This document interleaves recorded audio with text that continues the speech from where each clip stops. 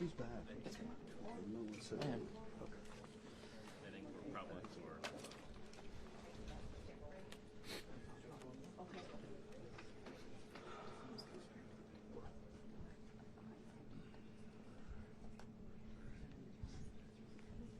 Alex, you want this? You want it? Yes. Jim.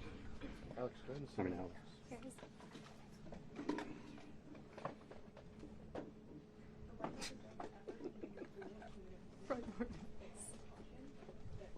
We should start doing yoga at the library. Those squats. We need yoga. I love yogurt. Can you get on that? Can you get on that, Sid? Get that class going for us? Yeah, Peter, we have to add yoga at the library to the itinerary. Christine, your spot is Specifically outside on the lawn.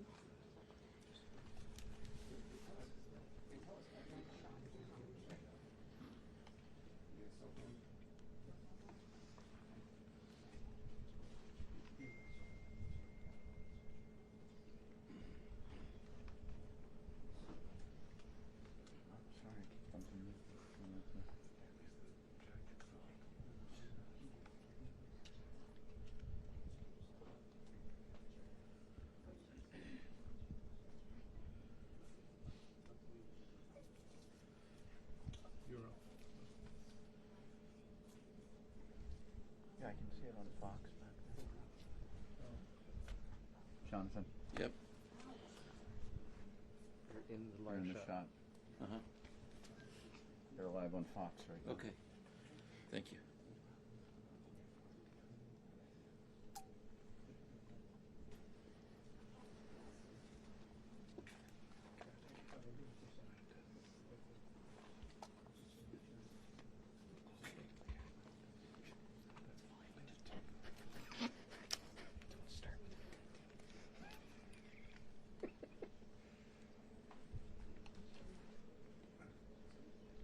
Here, watch out your lenses. Let me get in there too. The lunch is in it, or? Yeah, it's in it. Thank you. Right now we're on a wide shot just because everyone's taking it live.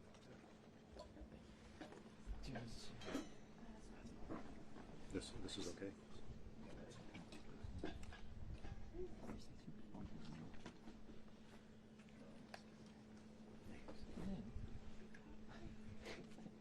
Just watch your left foot.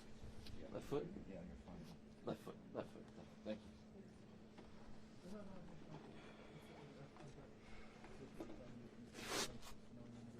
What's everybody doing?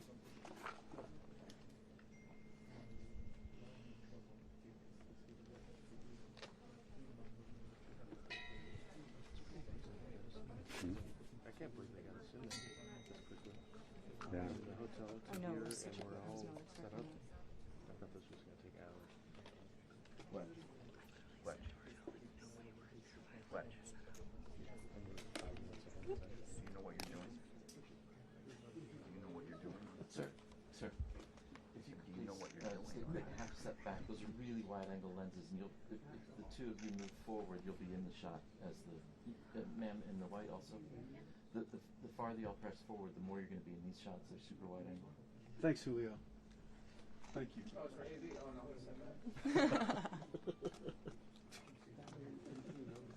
Nothing for Alex. That's for Alex, we kick it over. Alex, we're actually waiting for you to get up there. Oh, no, no, no, no. Oh, no, no, no, no. Right, so you're still in there for the walk up? Yeah. Just, and then I'm going to push in. Okay.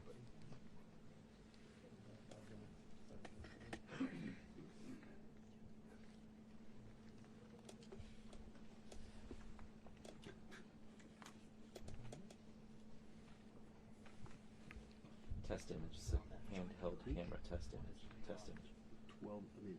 24 to 70. So, you're fine.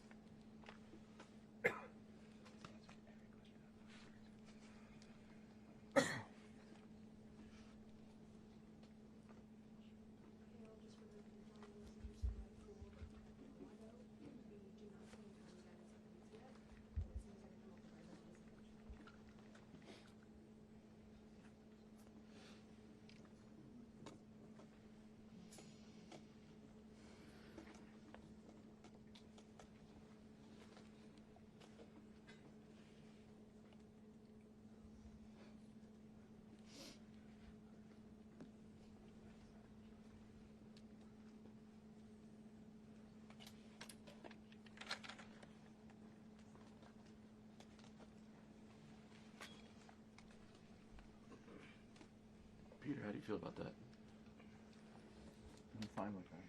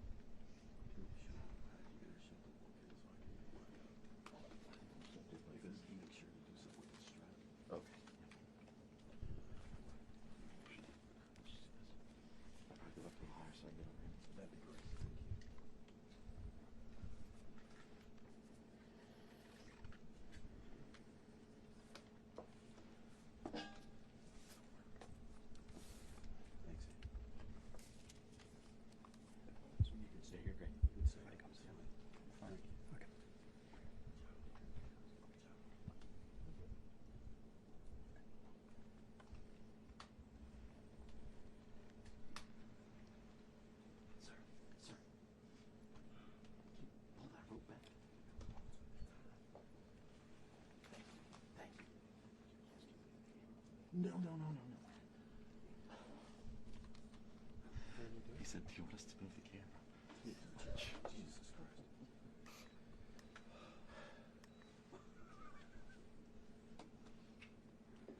When did this remember my first day. This was your second cruise. 33 years ago. You get up. Sir. If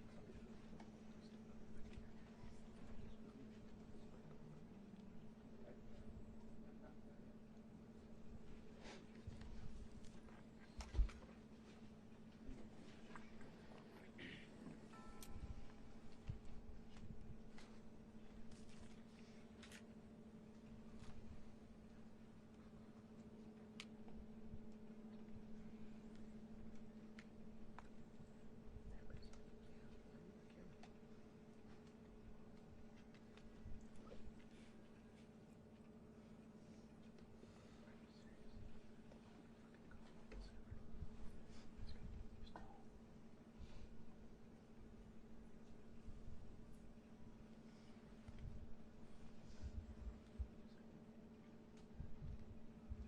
Thanks.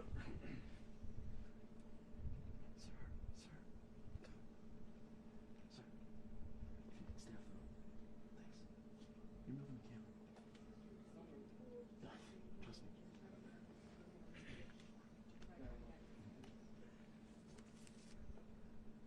Thanks, Julio. It's primarily an issue for the walkout. The rope is pushing into it. Thank you. Thank you. Thanks, Julio.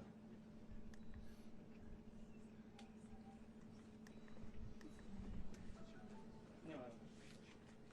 That's 16.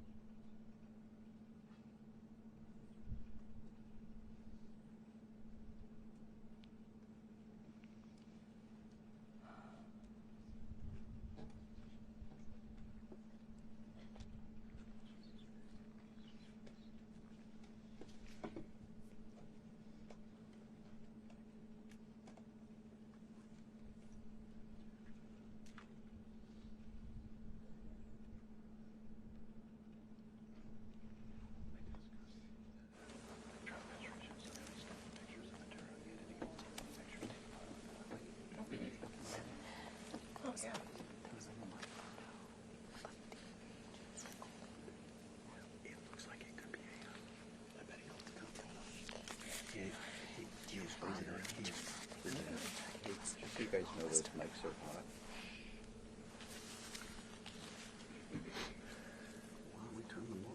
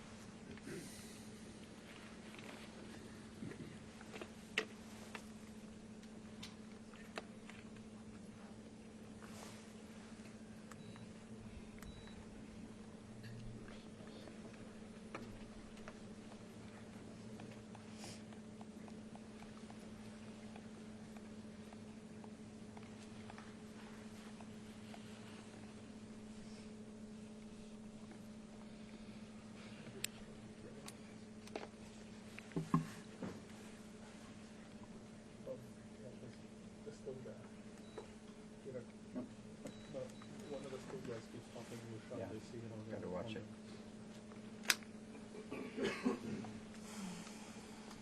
Jonathan, your Yeah, foot right keeps now. hitting the tripod. Is it true? Yeah. With the lens? Yeah, You're not going to pan? I will, but not right now. Not until he's come Peter, which direction should I move my feet? okay. To my right? To your right. Is that better? Cool. Yeah, again, it's in the shot. Let me know. Kind of figure it out. How about down here? Yeah, I mean, that's fine. That's fine. Okay. Like that's okay. Yeah.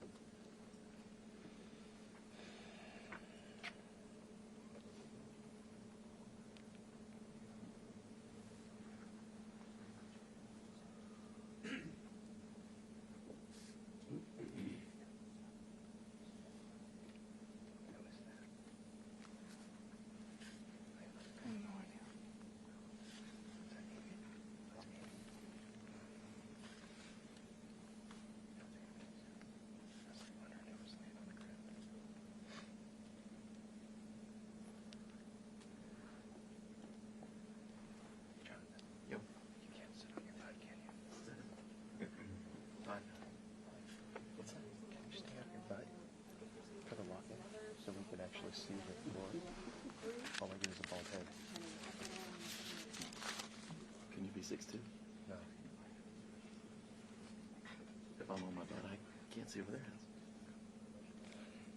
You have a remote. Sam, look up. Let's see over whose head. And me too.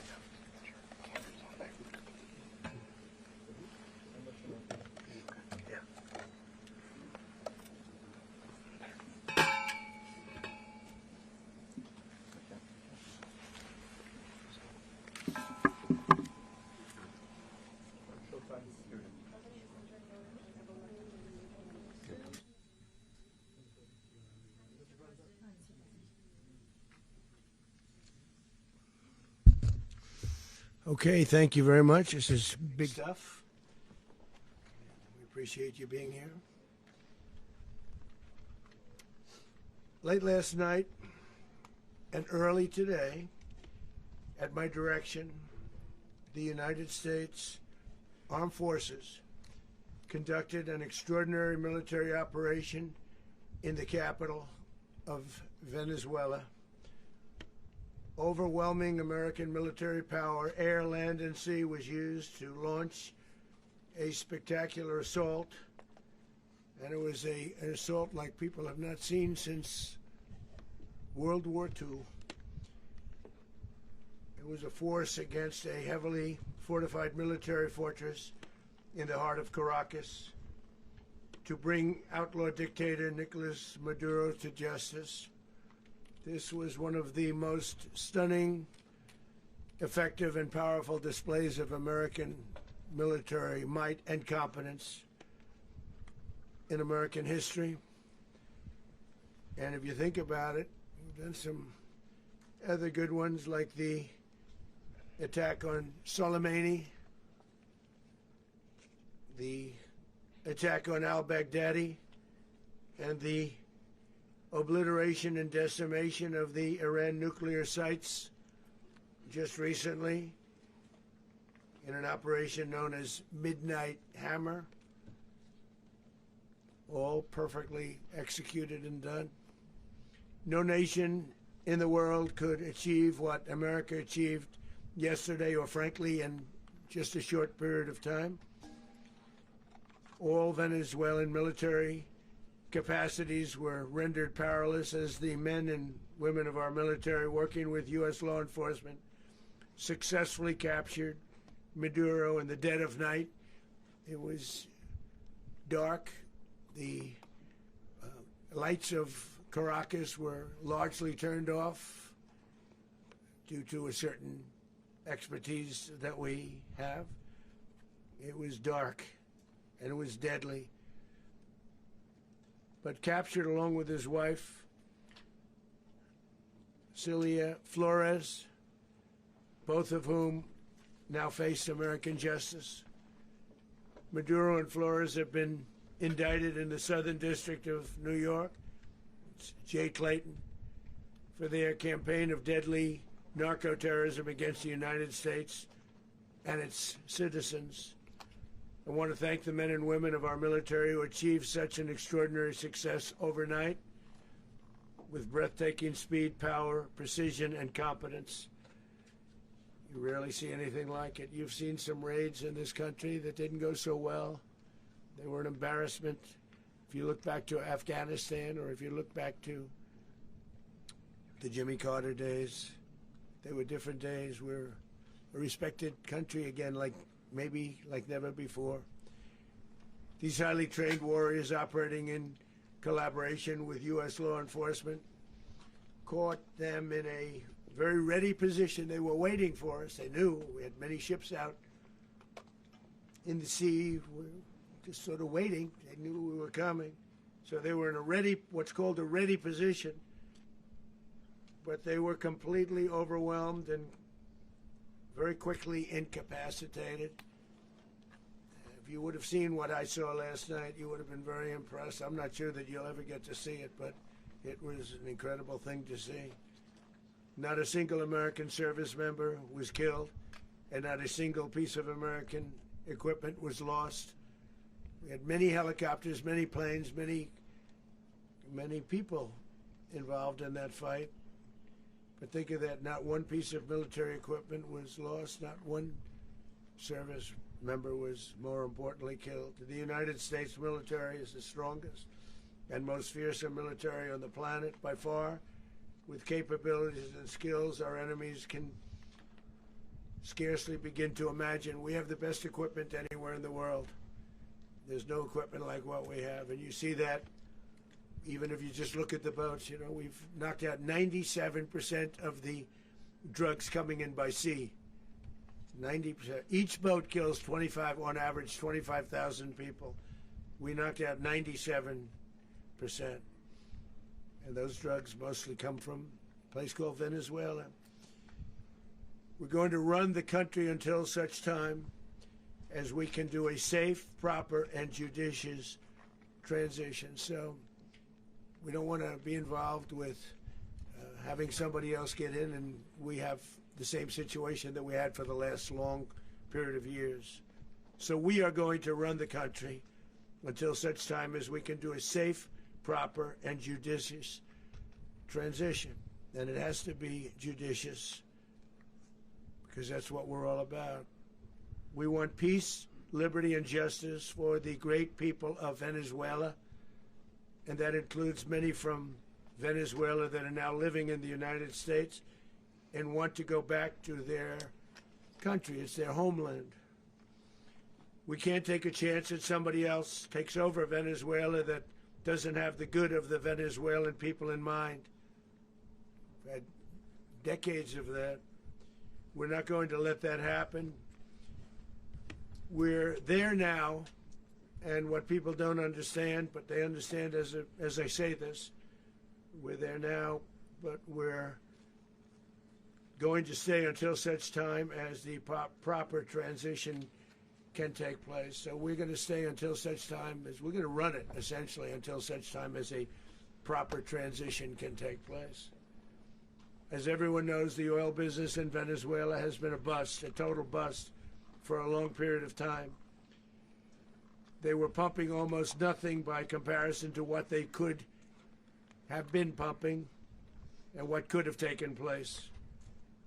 We're going to have our very large United States oil companies, the biggest anywhere in the world, go in, spend billions of dollars, fix the badly broken infrastructure, the oil infrastructure, and start making money for the country. And we are ready to stage a second and much larger attack if we need to do so. So we were prepared to do a second wave if we needed to do so. We actually assumed that a second wave would be necessary, but now it's probably not. The first wave, if you'd like to call it that, the first attack was so successful, we probably don't have to do a second, but we're prepared to do a second wave, a much bigger wave, actually. This was pinpoint, but we have a much bigger wave that probably won't have to do. This partnership of Venezuela with the United States of America, a country that everybody wants to be involved with because of what we were able to do and accomplish, will make the people of Venezuela rich, independent, and safe. And it will also make the many, many people from Venezuela that are living in the United States extremely happy. They suffered. They suffered. So much was taken from them. They're not going to suffer anymore. The illegitimate dictator Maduro was the kingpin of a vast criminal network responsible for trafficking colossal amounts of deadly and illicit drugs into the United States. As alleged in the indictment, he personally oversaw the vicious cartel known as Cartel de las Solas, which flooded our nation with lethal poison responsible for the deaths of countless Americans, the many, many Americans. Hundreds of thousands over the years of Americans died because of him. Maduro and his wife will soon face the full might of American justice and stand trial on American soil. Right now they're on a ship. They'll be heading to ultimately New York, and then a decision will be made, I assume, between New York and Miami or Florida. But we have people where the overwhelming evidence of their crimes will be presented in a court of law. And I've seen it. I've seen what we have. It's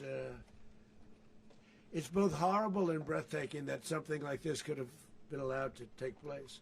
For many years after his term as president of Venezuela expired, Maduro remained in power and waged a ceaseless campaign of violence, terror, and subversion against the United States of America, threatening not only our people, but the stability of the entire region. And you all saw it. In addition to trafficking gigantic amounts of illegal drugs that inflicted untold suffering and human destruction all over the country, all over in particular the United States. Maduro sent savage and murderous gangs, including the bloodthirsty prison gang Tren de Aragua, to terrorize American communities nationwide, and he did indeed. They were in Colorado. They took over apartment complexes. They cut the fingers off people if they called police. They were brutal, but they're not so brutal now. And I just have to congratulate our military, Pete and everybody, and our National Guard, because the job that they've done, whether it's in Washington, D.C., where we have a totally safe city, where it was one of the most unsafe cities anywhere in the world, frankly, and now we have no crime in Washington, D.C. We haven't had a killing. We had the terrorist attack a few weeks ago. A little bit of a different kind of a threat, but we haven't had a killing in a long period of time, 6-7 months. We used to have two, on average, 2 a week in Washington, our capital. We don't have that anymore. The restaurants are opening. Everyone's happy.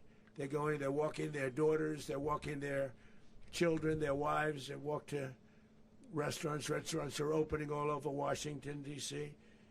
So I want to thank the National Guard. I want to thank our military. And I want to thank law enforcement. Been amazing. And they should do it with more cities. We're doing it, as you know, and we're doing it in Memphis, Tennessee right now, and crime is down. We've just sort of started a few weeks ago, but crime is down now 77%. And the governor of Louisiana called, great person, and he wanted us to help him, as you know, in a certain very nice part of Louisiana, and we have done that. It was a rough section, and we have crime down. I understand it's down to almost nothing already after 2.5 weeks. New Orleans, it's down to almost nothing, and we've only been there for 2.5 weeks. Can't imagine why governors wouldn't want us to help. We also helped, as you know, in Chicago, and crime went down a little bit there. We did a very small help because we had no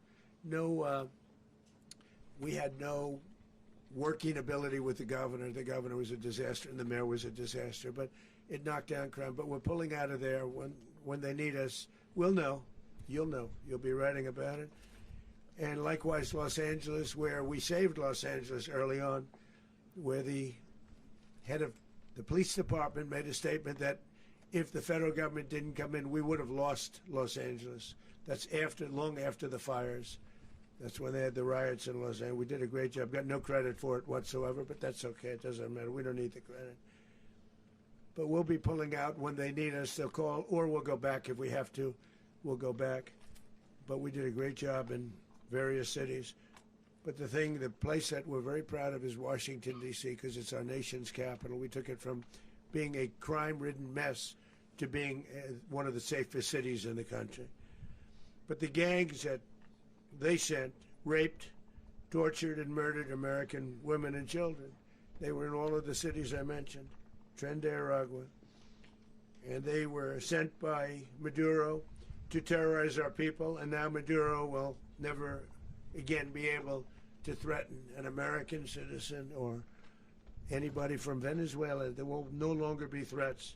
For years I've highlighted the stories of those innocent Americans whose lives were so heartlessly robbed by this Venezuelan terrorist organization. Really one of the worst, they say the worst.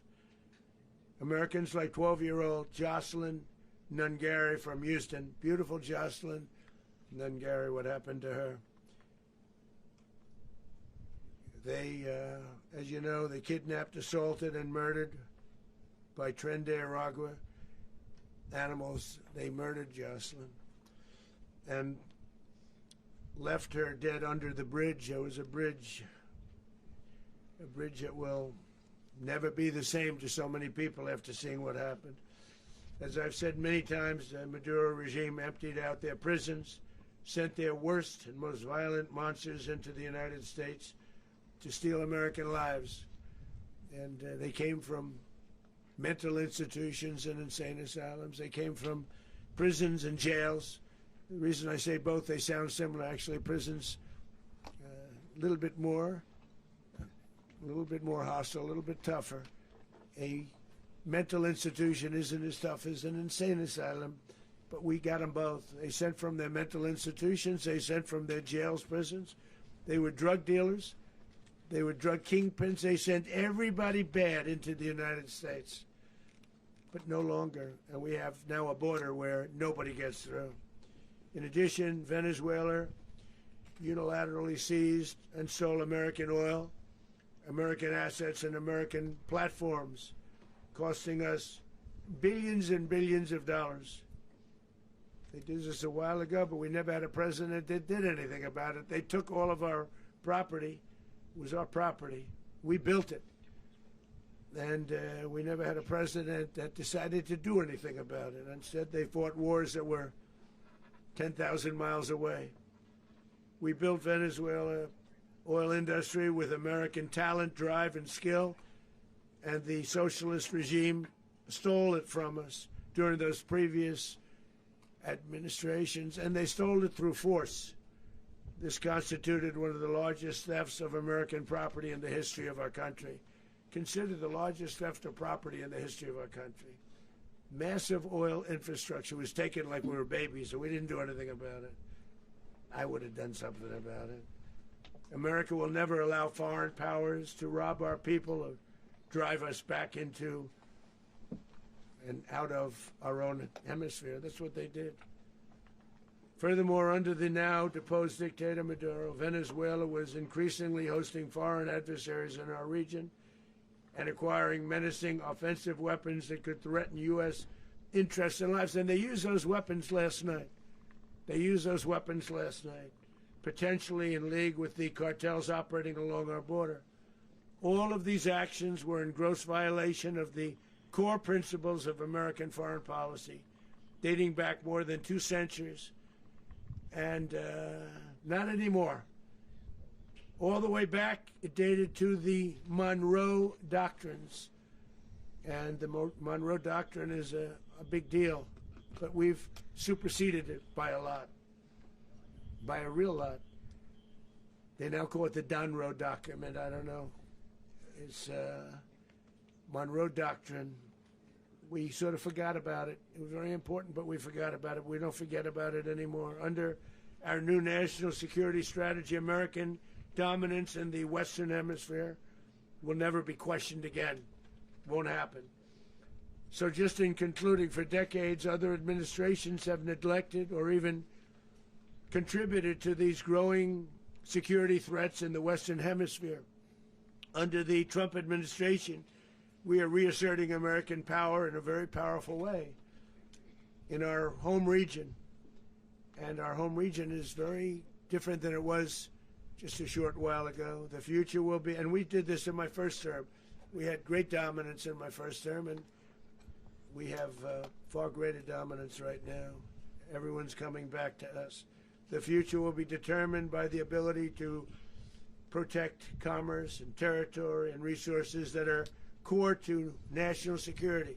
These are core to our national security. Just like tariffs they've made our country rich, and they've made our national security stronger than ever before. But these are the iron laws that have always determined global power, and we're going to keep it that way. We will secure our borders, we will stop the terrorists, we will crash the cartels, and we will defend our citizens against all threats, foreign and domestic. Other presidents may have lacked the courage or whatever to defend America, but I will never allow terrorists and criminals to operate with impunity against the United States. This extremely successful operation should serve as warning to anyone who would threaten American sovereignty or endanger American lives. Very importantly, the embargo on all Venezuelan oil remains in full effect. The American Armada remains poised in position, and the United States retains all military options until United States demands have been fully met and fully satisfied. All political and military figures in Venezuela should understand what happened to Maduro can happen to them, and it will happen to them if they aren't just, fair, even to their people. The dictator and terrorist, Maduro, is finally gone in Venezuela. People are free. They're free again. It's been a long time for them, but they're free. America is a safer nation. This morning, it's a prouder nation this morning because it didn't allow this horrible person and this country that was doing very bad things to us. It didn't allow it to happen. And the Western Hemisphere is right now a much safer place to be. So I want to thank everybody for being here. I want to thank General Raisin Kane. He's a fantastic man. I've worked with a lot of generals. I worked with some I didn't like. I worked with some I didn't respect. I worked with some that just weren't good. But this guy is fantastic. I watched last night one of the most precise attacks on sovereignty. I mean, it was an attack for justice. And I'm very proud of him, and I'm very proud of our Secretary of War, Pete Hegseth, who I'm going to ask to say a few words. Thank you very much. Mr. President, can you explain how the U.S. will run Venezuela? Well, thank you, Mr. President. Finally, a commander-in-chief the world respects and the American people deserve. And as the President said, words can barely capture the bravery and the power and the precision of this historic operation. A massive joint military and law enforcement raid flawlessly executed by the greatest Americans our country has to offer. American warriors are second to none, the best in the world and the best of our country. What all of us witnessed last night was sheer guts and grit, gallantry, and glory of the American warrior. I'm simply humbled by such men, and I tip my hat to our chairman, Dan Raisin Kane, and all those Americans who stood watch last night. Our warriors are the elite of America, and again, President Trump has your back. No other country on planet Earth, and it's not even close, could pull this kind of operation off.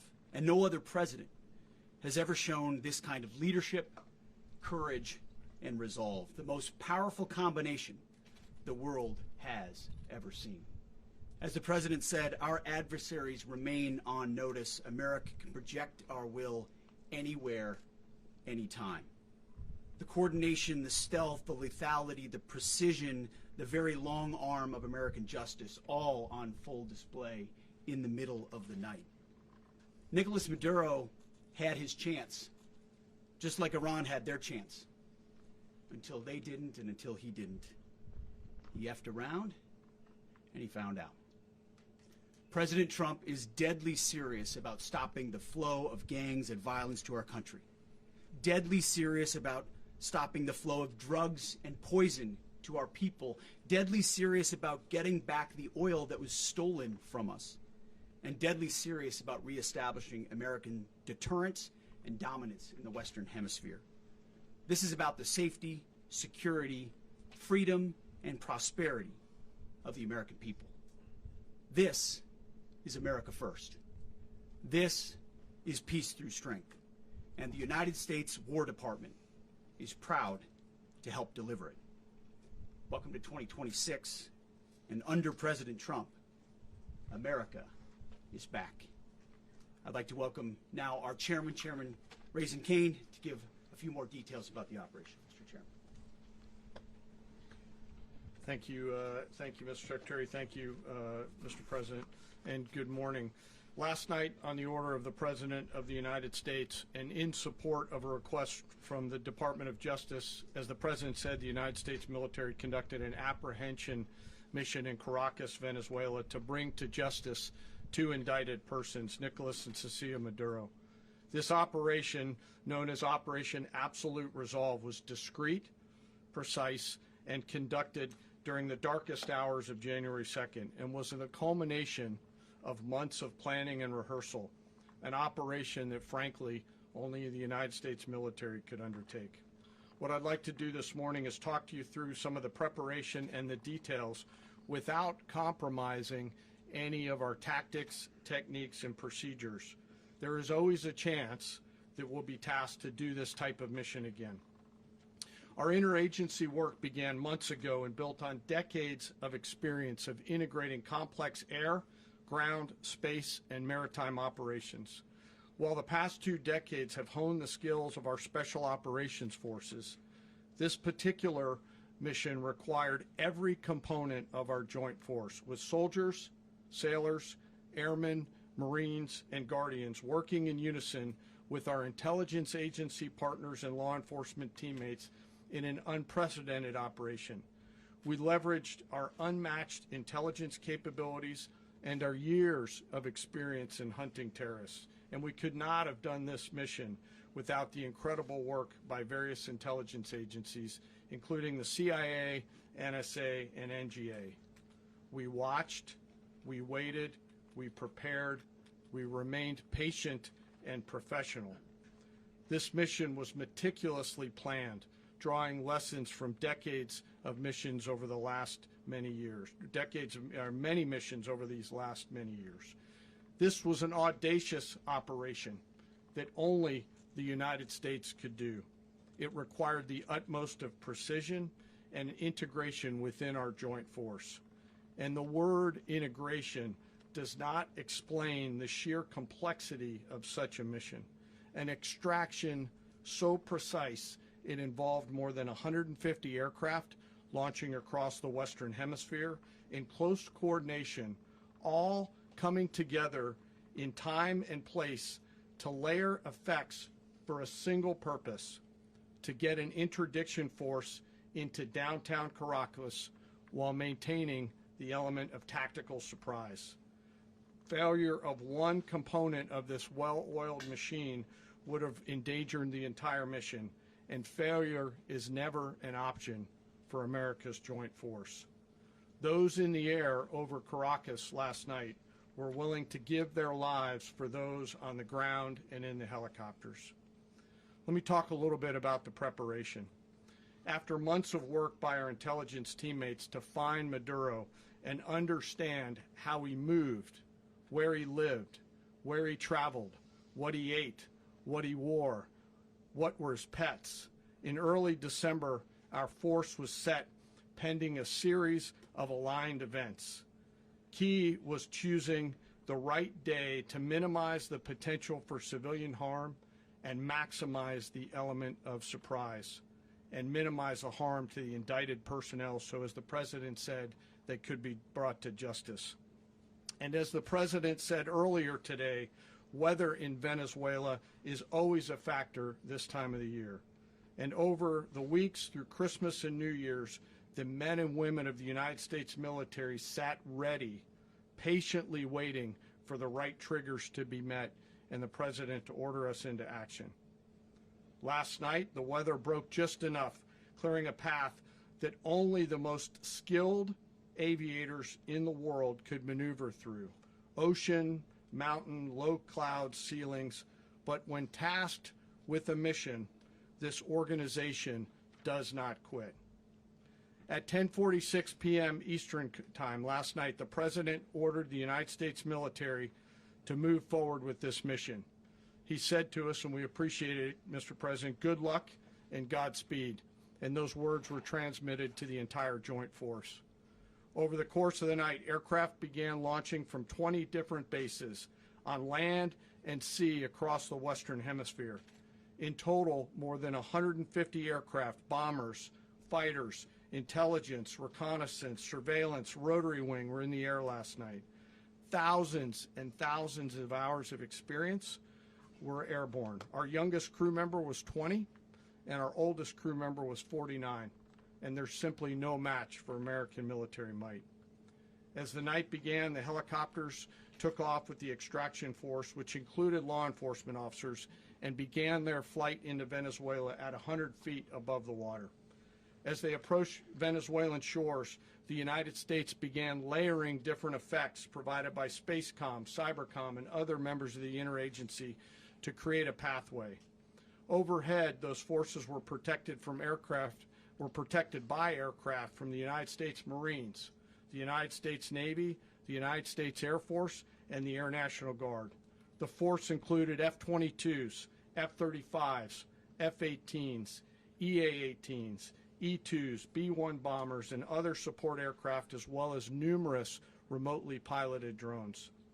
As the force began to approach Caracas, the Joint Air Component began dismantling and disabling the air defense systems in Venezuela, employing weapons to ensure the safe passage of the helicopters into the target area.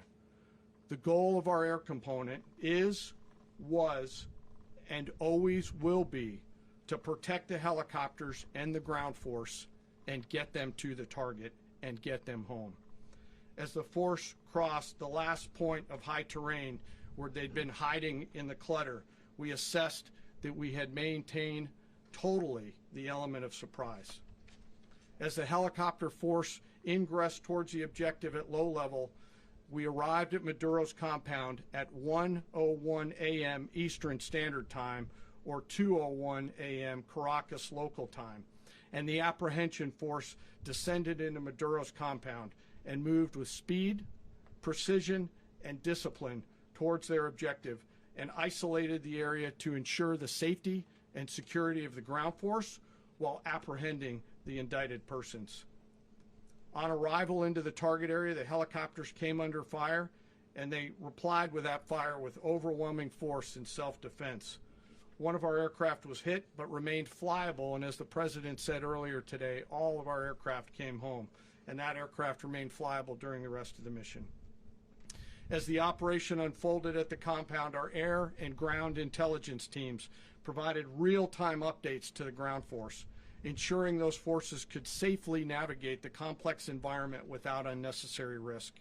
The force remained protected by overhead tactical aviation.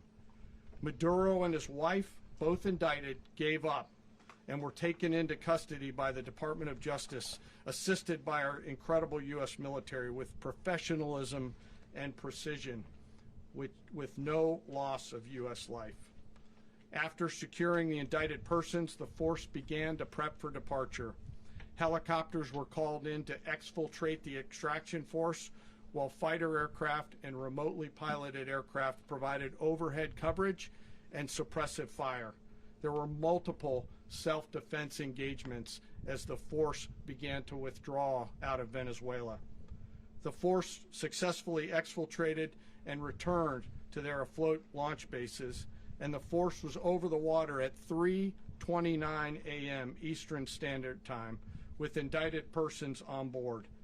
And both Maduro and his wife were embarked aboard the USS Iwo Jima.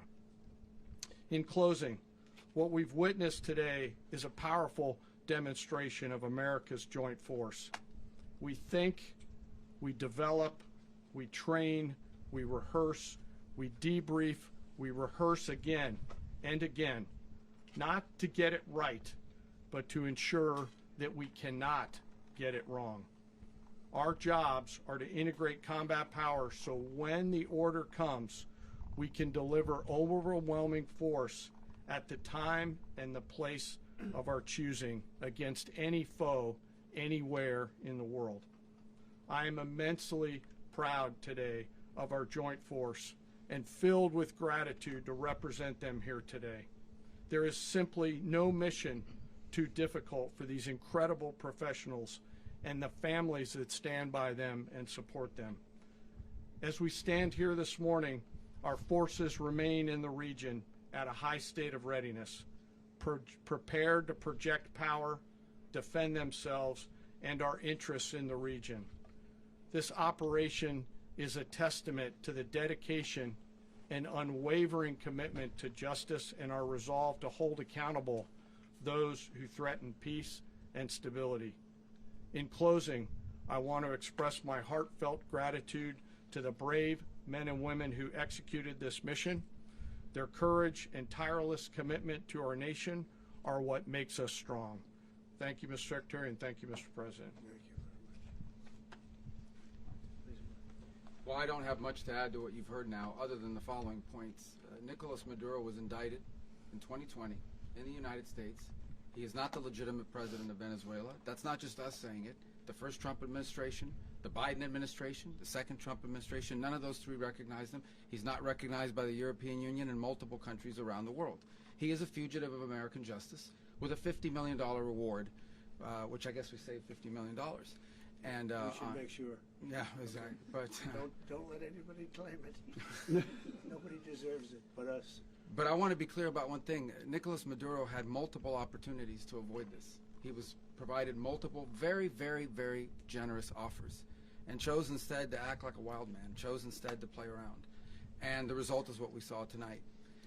The other message here is the following. You have a guy, like many people around the world, they like to play games. You have a guy who decides he's going to invite Iran into his country, is going to, do the confiscation of American oil companies, is going to flood our country with gang members, is going to take Americans prisoner and try to hold them for hostage and trade them like he was able to do with the Biden administration. Basically likes to play games all this time and thinks nothing's going to happen.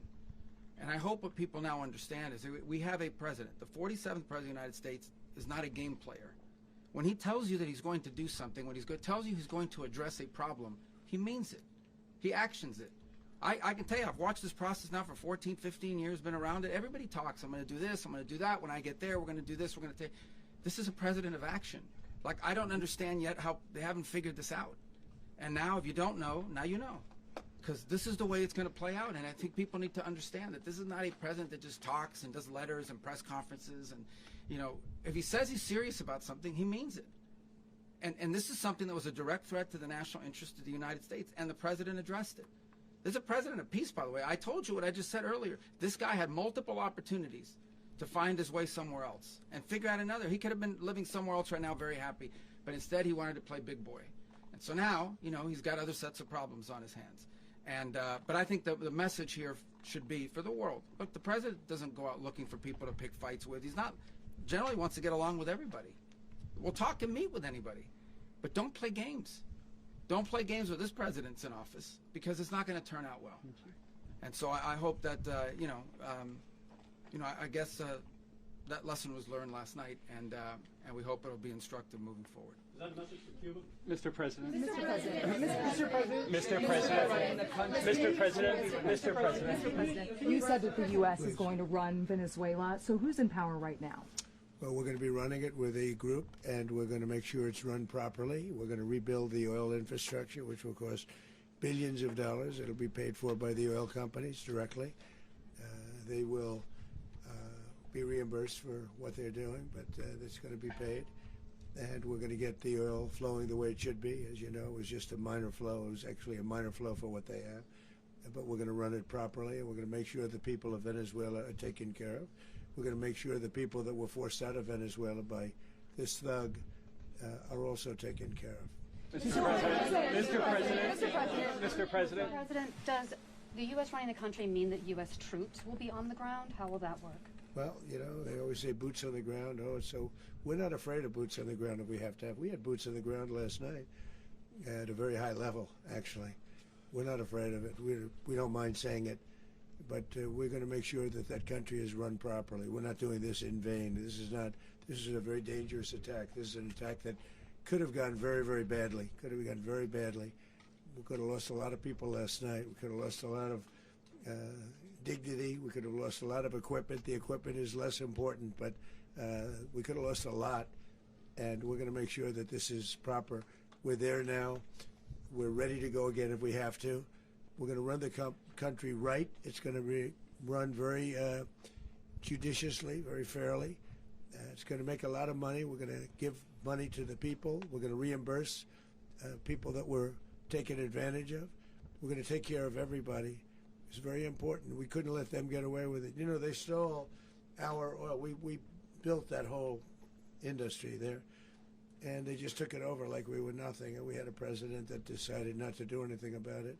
So we did something about it. We're late, but we did something about it. Yeah, please. Mr. President, can you explain the exact mechanism by which you're going to run the country? Are you going to designate a U.S. official to coordinate? Yes, it's all being done right now. We're designating people. We're talking to people. We're designating various people, and we're going to let you know who those people are. Mr. President. What's the group you mentioned that would run Venezuela? Well, it's largely going to be, for a period of time, the people that are standing right behind me. We're going to be running it. We're going to be bringing it back. It's a dead, I talk about a dead country. A year and a half ago, we were a dead country. Now we're the hottest country anywhere in the world. We're a country doing better than any country anywhere in the world, and it required leadership. Venezuela has a lot of bad people in there, a lot of bad people that shouldn't be leading. We're not going to take a chance that one of those people take over for Maduro. So you can look at, and others, we have fantastic people, including people in the military.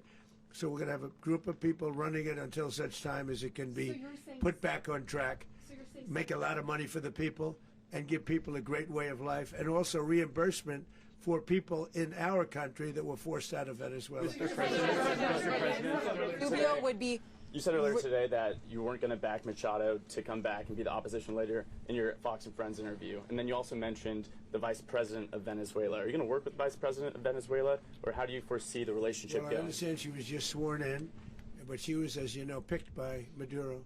So Marco's working on that directly. He just had a conversation with her, and she's essentially willing to do what we think is necessary to make Venezuela great again. Very simple. Mr. President, Colombian President Gustavo Petro, a couple weeks ago, you said he's got to watch his ass.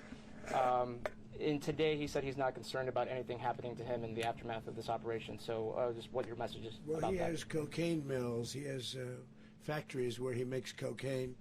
And yeah, I think I stick by my first statement. He's making cocaine. They're sending it into the United States. So he does have to watch his ass. Mr. President, Did you notify any members of Congress in advance? Marco, do you want to talk about that? Because you were involved in it. Sure. We call members of Congress immediately after. This was not the kind of mission that you can do congressional notification on. It was a trigger-based mission in which conditions had to be met night after night. We watched and monitored that for a number of days. So it's just simply not the kind of mission you can call people and say, hey, we may do this at some point in the next 15 days. But it's largely a law enforcement function. Remember, at the end of the day, at its core, this was an arrest of 2 indicted fugitives of American justice, and the Department of War supported the Department of Justice in that job. Now, there are broader policy implications here, but it's just not the kind of mission that you can pre-notify because it endangers the mission. Mr. President, if I can add one thing to that. Congress has a tendency to leak. This would not be good. If they leaked, General, I think it would have been maybe a very different result. But I have to say, they knew we were coming at some point, We had a lot of ships out there. They sort of knew we were coming. Mr. President. But Congress will leak, and we don't want leakage. Mr. President. You were one of the only people to watch this all play out live. What was Maduro doing when the U.S. forces entered what I assume would be his home? And also, was there any point where the U.S. was considering if Maduro pushed back or resisted killing Maduro? It could have happened. It could have happened. He was trying to get into a safe place. You know what a safe place is, all steel. And he wasn't able to make it to the door because our guys were so fast. They went through the opposition so fast. And there was a lot of opposition. People were wondering, do we get him by surprise? Sort of surprised, but they were waiting for something. It was a lot of opposition. There was a lot of gunfire. You saw some of it today.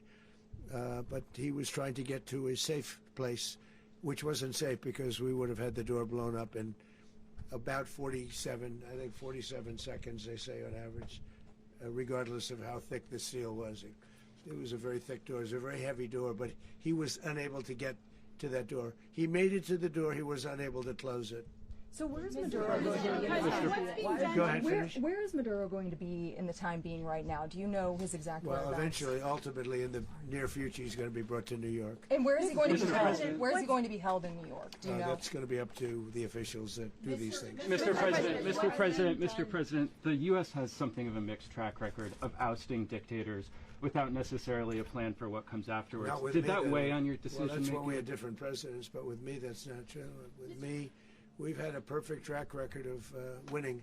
We win a lot, and we win. If you look at Soleimani, you look at al-Baghdadi, you look at the Midnight Hammer. Midnight Hammer was incredible. Right now, you wouldn't have peace in the Middle East. We have essentially peace in the Middle East because of that. If we weren't successful with Midnight Hammer, you wouldn't have peace in the Middle East. So, with me, you've had a lot of victory. You've had only victories. You've had no losses. Yeah. Mr. President, can you?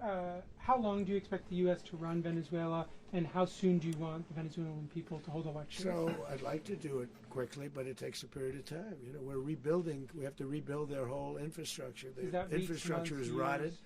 it's actually very dangerous. It's blow-up territory. Oil is very dangerous. It's a very dangerous thing to take out of the ground. It can kill a lot of people. It has killed a lot of people doing just that. The infrastructure is old. It's rotted.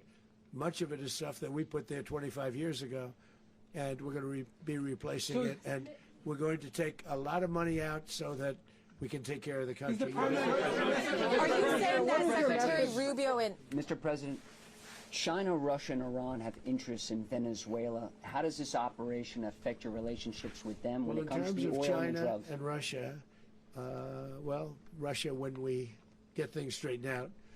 But in terms of other countries that want oil, we're in the oil business. We're going to sell it to them. We're not going to say we're not going to. In other words, we'll be selling oil, probably in much larger doses because they couldn't produce very much because their infrastructure was so bad. So we'll be selling large amounts of oil to other countries, many of whom are using it now, but I would say many more will come. Are you saying that, Mr. President, are you saying that? Oh. Mr. President, thank you. What is your message to the people of Venezuela today? Of course, the civilian population specifically, they have a lot of questions. What is your message to the people of Venezuela? That you're going to have peace, justice. You're going to have some of the riches that you should have had for a long period of time. It was stolen from you. But you're going to have peace and you're going to have safety. You're going to have justice. You're going to have a country. You're going to have a real country. You're going to have potentially a great country. You know, if you go back 20 years, maybe even a little longer ago, that was a great country. And they destroyed it. Remember I said that if we lose this election, the United States will be Venezuela on steroids. That's what would have happened. Had we lost the election, the 2024 election, we suffered so badly. When you look at the border from 2020, what they did, what Joe Biden administration did to our country should never be forgotten. But if we had to go through another year of that, we would be exactly where Venezuela was in terms, I used to say, if they win, we're going to be Venezuela on steroids, and that's what would have happened. President, thank you. Are you saying that Secretary Hegseth and Rubio are going to be running Venezuela, and will you be sending in U.S. military troops to provide? They're going to be a team that's working with the people of Venezuela to make sure that we have Venezuela right. Because for us to just leave, who's going to take over? I mean, there is nobody to take over. You have a vice president who's been appointed by Maduro. And right now she's the vice president, and she's, I guess, the president. She was sworn as president just a little while ago. She had a long conversation with Marco, and she said, we'll do whatever you need. I think she was quite gracious, but she really doesn't have a choice. We're going to have this done right. We're not going to just do this with Maduro, then leave like everybody else, leave and say, let it go to hell. If we just left, it has zero chance of ever coming back. We'll run it properly. We'll run it professionally. We'll have the greatest oil companies in the world go in and invest billions and billions of dollars and take out money, use that money in Venezuela. And the biggest beneficiary are going to be the people of Venezuela. And also, I can't stress this strongly enough, the people that got thrown out of Venezuela that are now in the United States, and frankly, some want to stay, and some probably want to go back. Yeah. So, Mr. President, what is being done to protect Americans in the country, and were any of the detained Americans Well, right now they're very last protected night? because nobody's going to mess with us. They're very protected. The people of, and we let them know that you better not touch one of them. And are you concerned that bad elements of the Maduro regime will remain in place? Well, we know who they are. We're on them, and they're acting much differently now than they would have acted 2 days ago. And what can you okay, say wait, about behind you, please. Mr. President, why is running a country in South America America first? Well, I think it is because we want to surround ourselves with good neighbors. We want to surround ourselves with stability. We want to surround ourselves with energy. We have tremendous energy in that country. It's very important that we protect it. We need that for ourselves. We need that for the world. And we want to make sure we can protect it. Yes, sir. Please, go ahead. Yeah, is there a message here for Cuba and Diaz-Canel? Well, Cuba is an interesting case. Cuba is, not doing very well right now. That system has not been a very good one for Cuba. The people there have suffered for many, many years. And I think Cuba is going to be something we'll end up talking about because Cuba is a failing nation right now, very badly failing nation. And we want to help the people. It's very similar in the sense that we want to help the people in Cuba, but we want to also help the people that were forced out of Cuba and living in this country. Do you want to say something about that, Marco, please? Well, I mean, I just gave you a statement a few minutes ago about, when the president speaks, you should take him seriously. So suffice it to say, Cuba is a disaster. It's run by incompetent, senile men, and in some cases, not senile, but incompetent nonetheless. It has no economy. It's in total collapse. And by the way, they were, all the guards that helped protect Maduro, this is well known, their whole spy agency, all that were full of Cubans. I mean, they basically, it's amazing. This poor island took over Venezuela in some cases. One of the biggest problems that Venezuelans have is they have to declare independence from Cuba. They tried to basically colonize it from a security standpoint. So, yeah, look, if I lived in Havana and I was in the government, I'd be concerned, at least a little bit. Are you cutting off the oil flow to Cuba from Venezuela? Well, the president already announced a week ago that anything that's sanctioned, it's sanctioned oil, it's not going to be allowed to get there. So that's an The answer is yes. Mr. President, Is the U.S. aware of the location of opposition leader Machado, and have you been in contact with her? No, we haven't. No, we haven't. Mr. President, on Monday. Oh, I think it would be very tough for her to be the leader. She doesn't have the support within, or the respect within the country. She's a very nice woman, but she doesn't have the respect. Mr. President, is it possible that the U.S. ends up administrating Venezuela for years? Well, it won't cost us anything because the money coming out of the ground is very substantial, so it's not going to cost us anything. So the U.S. isn't going to dedicate any money to... Well, we want safety there. We want to be surrounded by countries that aren't housing all of our enemies all over the world. That's what was happening, and you don't want to have that. But we're going to be rebuilding, and we're not spending money. The oil companies are going to go in. They're going to spend money. We're going to take back the oil that, frankly, we should have taken back a long time ago. A lot of money is coming out of the ground. We're going to get reimbursed for all of that. We're going to get reimbursed for everything that we spend. So it's going to be a very important. This is a very big evening that took place last night. We have to be surrounded by safe, secure countries, and we also have to have energy. Very important. We have to have energy that's real energy, not where they're getting 4% and 5% of the energy out of the ground. You take a look. It was such a disaster. So what's going to happen with Venezuela, I think, over the next period of a year is going to be a great thing. And the people of Venezuela will be the biggest beneficiaries. Mr. President, U.S. military. Mr. President, thank you. What did you last speak to Maduro about when you spoke? And is the Well, US I don't want to at get war into with the Venezuela? conversations, but I did have conversations with him, and I said, you got to surrender. And I actually thought he was pretty close to doing so, but now he wished he did, yeah. Mr. President, can you explain, you said that Maduro is responsible for drug trafficking. You recently pardoned the former president of Honduras who was convicted on many drug trafficking. Can you explain how these two situations are different? And would you ever pardon Maduro? I endorsed, as you know, the winning president, the man who won in Honduras. I endorsed the man who won in Chile. I endorsed the man who won in Argentina. And we are doing very well with that whole group. What the man that I pardoned was, if you could equate it to us, he was treated like the Biden administration treated a man named Trump. That didn't work out too well for them. This was a man who was persecuted very unfairly. He was the head of the country. He was persecuted very unfairly. And there are a number of them. And we felt that it was a very unfair situation that happened to him. He's also a party member of the man who won. So obviously the people liked what I did. And one of the reasons that was done is because of the fact that the party in power felt very strongly that that man was treated very badly. I studied it very quickly, and then I studied it in great detail. I went to a lot of the people standing behind me, and they felt that that man was persecuted and treated very badly. That's why I gave him a pardon. Mr. President, you referenced boots on the ground earlier. Can you just sort of button this up? Do you envision the U.S. military having a presence in Venezuela as the U.S. runs that country? Well, no, we're going to have a presence in Venezuela as it pertains to oil, because we have to have, we're sending our expertise in. So you may need something, not very much.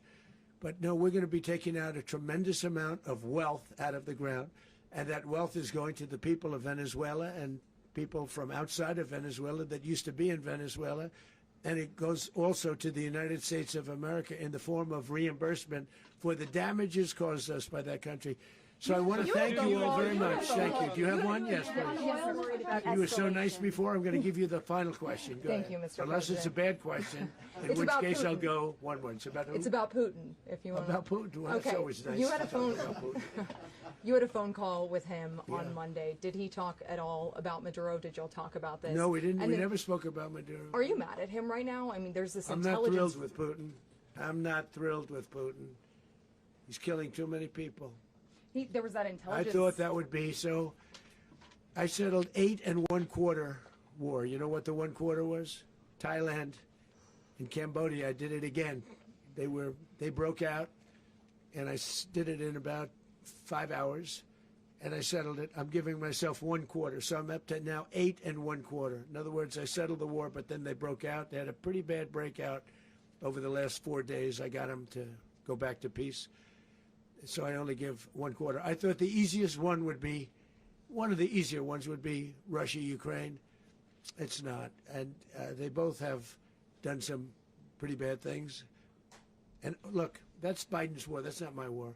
But I want to stop the lives. Did you see where last month, 30,000, it was 27,000 the month before. 30,000, mostly soldiers, were killed this last month. 30,000. I want to stop that. You know, I got NATO to pay 5% instead of the 2% that they weren't paying. They weren't paying 2, now they pay 5. And we send them a lot of munitions. We send them a lot of things, missiles and various other things, a lot. And they pay. The United States is not losing money. We're probably making money on that. It's the last thing I care about. I just want to stop all those people. We're losing 25, 30,000 human beings that come from 2 places that are very far away. But if I can stop, because it's something I've been pretty good at doing, deals, I guess. It's all a deal. Life is a big deal. But if I can stop that war and stop 30,000 young people, in addition to the fact that people are being killed in Kiev, people are being killed in other cities throughout, you know, a much smaller number, but they're being killed, viciously killed. So I'm not happy about it. I thought that would be something that would get solved. We have Mr. Witkoff here. I think that we're making progress, but that's a war that should have never had a president. It would have never happened. Putin says it. Everybody says it. If I were president, that would have never happened. But I inherited that war. That was Joe Biden, Zelensky, and Putin. I came into the situation, and it's a mess. And I will say this. I watched an operation last night that was so precise, that was so brilliant. I mean, it was incredible.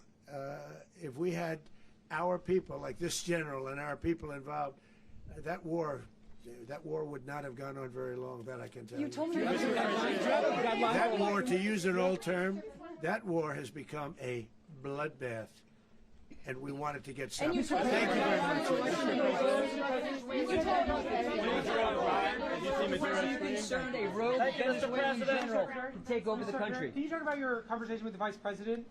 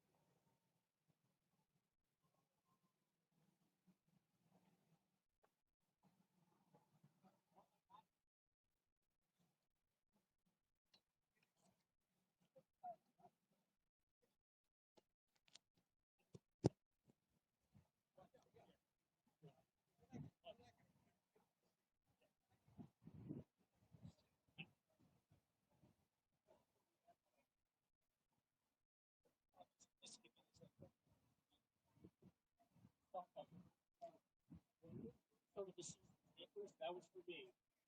So I really, the first thing, like, okay, let's 16. Oh,